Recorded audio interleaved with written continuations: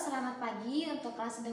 Hari ini kita melanjutkan materi minggu lalu yang sudah kita bahas. Nah, minggu lalu kita sudah bahas ada dua bagian, yaitu akar dan juga batang. Kita sudah bahas mana morfologi akar, mana anatomi akar, dan juga batang, mana morfologinya dan juga mana anatominya, serta fungsi-fungsinya. Dan Miss berharap itu tidak akan dilupakan. Nah, sekarang Miss langsung lanjut, yaitu morfologi dan juga anatomi daun. Kita akan bahas yang pertama itu adalah morfologi daun. Nah, di sini Miss sudah langsung gambar. Jadi langsung Miss jelasin di sini aja.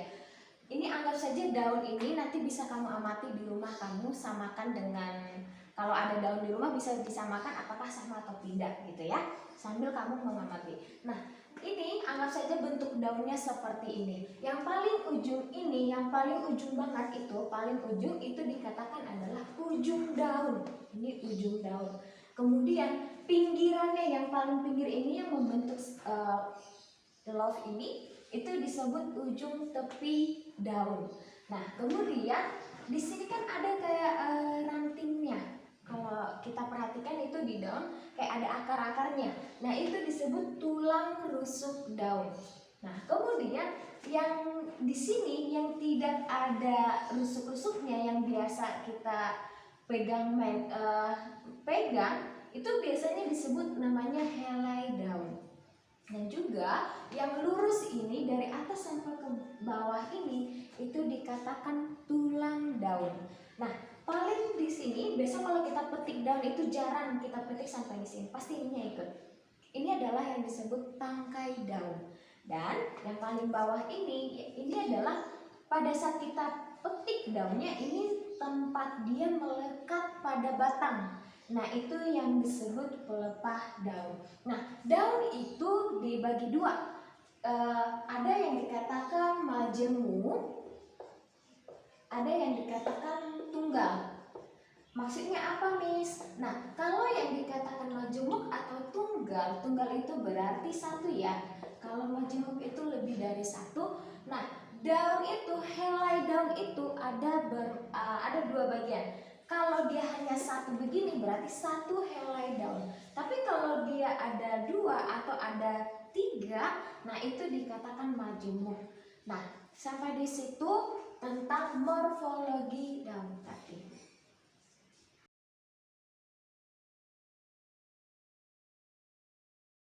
Kita akan membahas tentang jenis-jenis daun. Jenis-jenis daun itu maksudnya atau bentuk-bentuk daun. Nah, kalau kamu perhatikan nanti di sekitar kamu, kalau ada tanaman di rumah kamu, perhatikan bentuk daun itu ada macam-macam. Yang pertama, ada yang berbentuk menyirip. Yang kedua, ada yang berbentuk sejajar. Yang ketiga, ada yang berbentuk bergerigi. Dan yang kemudian ada yang berbentuk bulat, ada yang berbentuk melengkung, ada yang berbentuk jarum. Dan juga ada yang berbentuk satu lagi itu menyirip, sejajar, bergerigi, bulat, melengkung, jarum, dan juga berbentuk menjari. Nah, kita akan bahas satu-satu. Kalau yang menyirip ini yang paling banyak, seperti gambar yang sebelumnya yang ditayangkan itu, kalau dikatakan menyirip bentuknya agak begini. Yang menyiripnya itu yang di pinggirnya. Maksudnya ini ya, menyirip gitu ya. Nah, ini banyak macam-macamnya, ada daun mangga, kemudian daun sirih. Nah, itu. Kemudian sejajar. Kalau yang sejajar itu ada daun jagung, itu sejajar ya. Kalau dikatakan sejajar dari atas sampai ke bawah, dia tuh sejajar terus. Ini dengan ini sejajar. Beda kalau ini lebar di sini makin kecil gitu. Kalau ini enggak, dia sejajar. itu adalah itu sejajar jagung. Ya, ada banyak yang lainnya juga. Bergerigi itu daun jarak. Daun jarak itu bentuknya gini kan? Kalau kamu perhatikan, ada agak begini. Nah, ini yang dikatakan pepaya juga, cuman pepaya sama daun jarak ini dia berbentuk menjari juga, tapi tidak terlalu terlihat gitu ya bentuk jarinya. Kalau yang bulat itu biasanya sayuran. Coba nanti kamu cari di rumah yang ini, yang bulat itu ada banyak macamnya, sayur apa gitu, Miss lupa ada. Kemudian yang melengkung itu adalah eceng gondok. Oke, kalau yang jarum itu pohon pinus. Kalau yang menjari itu daun singkong. Ada banyak jenis nama-nama daun yang lain. Kamu bisa nanti cek lagi di rumah kira-kira ada apa lagi aja, ya. Nah, kemudian sampai di sini Miss berharap jelas. Untuk yang bulat bisa kamu searching di rumah. Miss lupa namanya, bisa kamu cari. Oke?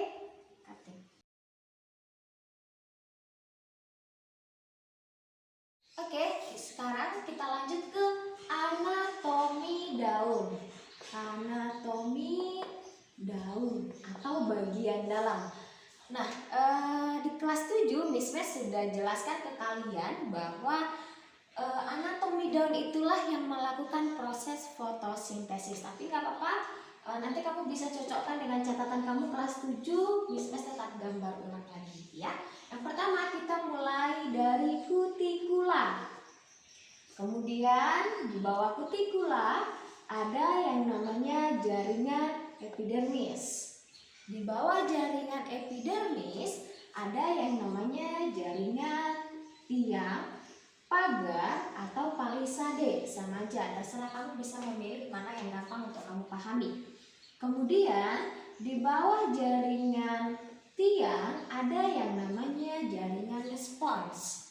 Kemudian di bawah jaringan spons, di sini ada yang kecil-kecil ini, itu adalah xilem dan floem. Kemudian di bawahnya ada epidermis bawah, dan juga di sini di samping epidermis bawah juga ada stomata ya. Nah, kita akan bahas satu-satu yaitu sampai ke ciri-cirinya. Kutikula. Kutikula itu waktu kelas 7 sudah Miss bahas, yang akan berubah menjadi epidermis dan juga zat lilin ya. Menjadi epidermis. Epidermis dan juga zat lilin. Nah, ini perubahannya seiring berjalannya waktu gitu ya. Kemudian kalau yang bagian kedua ini itu adalah epidermis atas. Fungsi epidermis atas untuk melindungi jaringan yang ada di bawahnya maupun di atasnya gitu ya. Jadi di atas dan di bawah itu adalah epidermis. Jadi mereka melindungi yang di sini, yang di tengahnya gitu ya. Nah, kemudian ini adalah jaringan tiang atau pagar atau palisade. Oke. Kemudian spons ini di sini adalah spons atau bunga karang. Kemudian ini Miss bulatin aja biar nggak pisah. Ini adalah xilem dan floem. Ini epidermis bawah. Kemudian yang kosong ini itu adalah stomata. Stomata untuk pertukaran O2 dan CO2. Gitu gitu ya. Nah, kita akan bahas satu-satu lagi, apa sih isinya?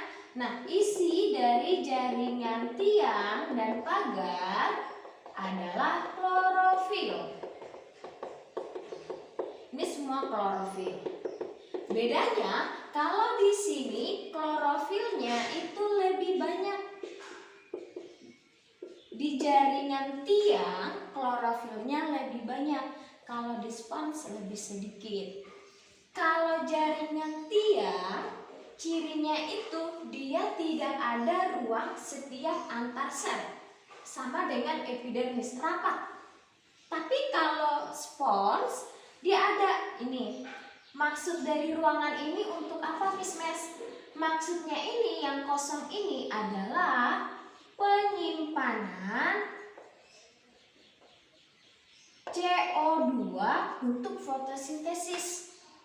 Jadi pada saat di sini terjadi pertukaran CO2 dan O2, masuk CO2-nya, nah disimpan dulu di sini sebelum diproses, berjalan dulu yang lain, baru keluar yang O2 gitu ya. Jadi ada saling.